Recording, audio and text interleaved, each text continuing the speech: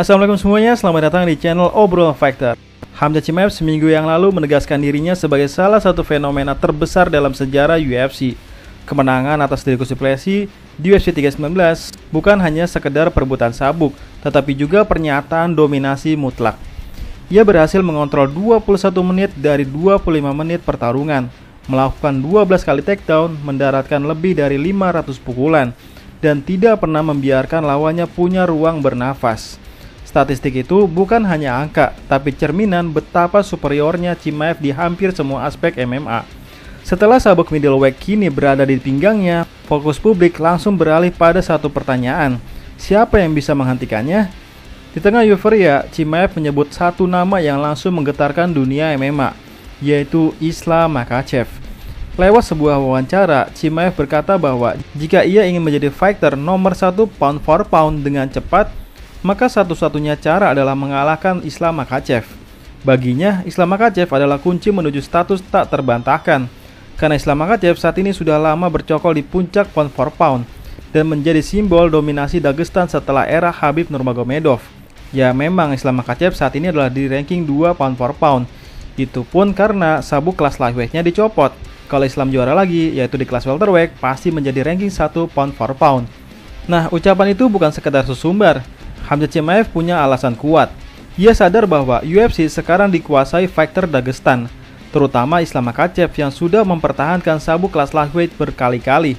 Dan dengan menyeret nama Islam Makhachev, Chimaev seolah ingin menguji bukan hanya dirinya sendiri, tetapi juga seluruh kekuatan kolektif dari Dagestan. Tapi respon Islam Makhachev cukup diplomatis. Dalam sebuah wawancara terbarunya, Islam Makhachev menyatakan bahwa pertarungan melawan Chimaev tentu akan berat, tetapi ia tidak ingin membuka konflik antar saudara dari kawasan Kaukasus. Baginya, lebih baik fokus dulu pada pertarungan terdekat, yaitu melawan Jack Della Maddalena untuk sabuk kelas welterweight. Namun Islam Makhachev tidak menutup pintu sepenuhnya. Ia bahkan mengakui bahwa Hamzah Chimaev punya gaya bertarung yang efisien, terutama dalam mengatur energi saat menghadapi Du Plessis. Islam Makhachev memuji bagaimana Chimaev tidak terburu-buru menggunakan power, tetapi tetap bisa menjaga kontrol penuh sepanjang laga. Sebuah pengakuan yang jarang ia berikan kepada rival, menunjukkan bahwa Islam Makhachev tahu bahwa betul ancaman nyata dari Hamzah Chimaev. Namun yang membuat isu ini semakin panas bukan hanya wawancara pertarungan, melainkan hubungan yang tidak harmonis antara tim Dagestan dan tim Chimaev. Kita tahu, Hamzah Chimaev adalah fighter kelahiran Czechnya yang kemudian besar di Swedia, dan karir UFC-nya banyak didukung oleh komunitas Chechen serta jaringan internasional. Sementara itu, Islam Makhachev adalah representasi langsung dari sekolah Dagestan, hasil didikan Abdulmanaf Nurmagomedov, dan bagian dari tim Khabib Nurmagomedov. Dua identitas ini tidak pernah benar-benar akur. Sejak Chimaev mulai menanjak, hampir tidak ada fighter Dagestan yang terang-terangan memujinya. Bahkan setelah ia merebut sabuk juara, perbedaan ini seringkali terlihat sepele, tetapi di dunia MMA yang penuh gengsi, jarak emosional antar Dagestan dan Czechnya membuat setiap potensi pertarungan antar mereka menjadi sangat sensitif. Konflik tak terlihat inilah yang bisa menjadi bumbu utama pertarungan. Bayangkan, jika UFC berhasil mempertemukan Hamzah Chimaev dan Islam Makhachev, maka ini bukan hanya sekedar super fight. Ini adalah simbol benturan dua kekuatan besar dari Kaukasus. Tim Khabib yang selama ini dikenal sangat kompak harus berhadapan dengan bintangnya Czechnya yang karismatik dan keras kepala. Bahkan saat ini, beberapa fighter Czechnya mulai perlahan menguasai UFC. Pertarungan ini akan menjadi pertarungan gengsi, pertarungan identitas, dan mungkin salah satu rivalitas terbesar dalam sejarah MMA modern. Nah, secara teknis, mari kita bedah. Hamzah Chimaev adalah fighter dengan gaya pressure wrestling yang sangat eksplosif.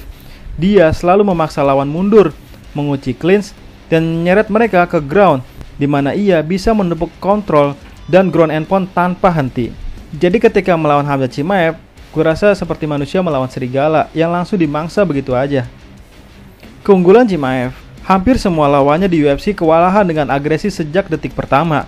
Keunggulan Chimaev ada pada kombinasi kekuatan fisik, timing takedown, dan kardio yang tetap terjaga meski terus menekan.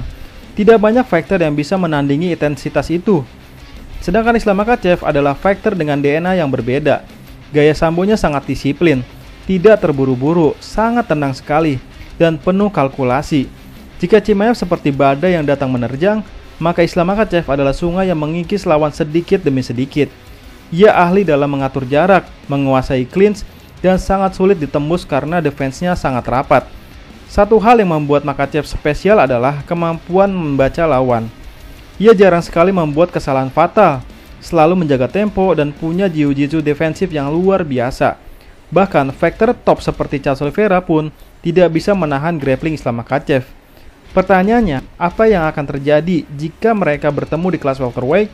Dari sisi fisik, Khamzat Chimaev jelas lebih besar dan lebih panjang. Ia terbiasa bertarung di kelas middleweight, sehingga kekuatannya bisa jadi lebih besar dibandingkan Islam Makhachev. Tapi masalahnya, untuk pertarungan ini, Chimaev harus kembali ke 170 pound, kelas yang terakhir ia jalani dengan sangat sulit. Kita masih ingat bagaimana ia gagal timbang badan. Pertarungan ini akan sangat tergantung bagaimana apakah Khamzat Chimaev bisa menjaga kondisi fisik saat turun ke kelas welterweight. Jika gagal, keunggulan itu bisa hilang. Nah, Islam Makhachev di sisi lain sudah nyaman di kelas lightweight dan berencana naik ke kelas welterweight. Namun, melawan Chimaev yang jelas bukan transisi yang ringan, jika Islam berhasil menahan serangan awal Chimaev, ada kemungkinan besar Islam Makhachev bisa membalikan keadaan dengan kontrol yang lebih sabar. Islam Makhachev tidak akan gegabah bertukar striking atau membiarkan dirinya terjebak dengan clinch keras Chimaev. Ia akan mencari celah kecil, memanfaatkan stamina lawan, dan mengubah ritme menjadi permainan panjang yang ia kuasai. Analisis realistis menunjukkan bahwa jika pertarungan berlangsung cepat, peluang lebih besar ada pada Chimaev. Tekanannya bisa membuat Islam Makhachev kewalahan, sama seperti bagaimana Gilbert Burns sempat goyah melawan agresinya.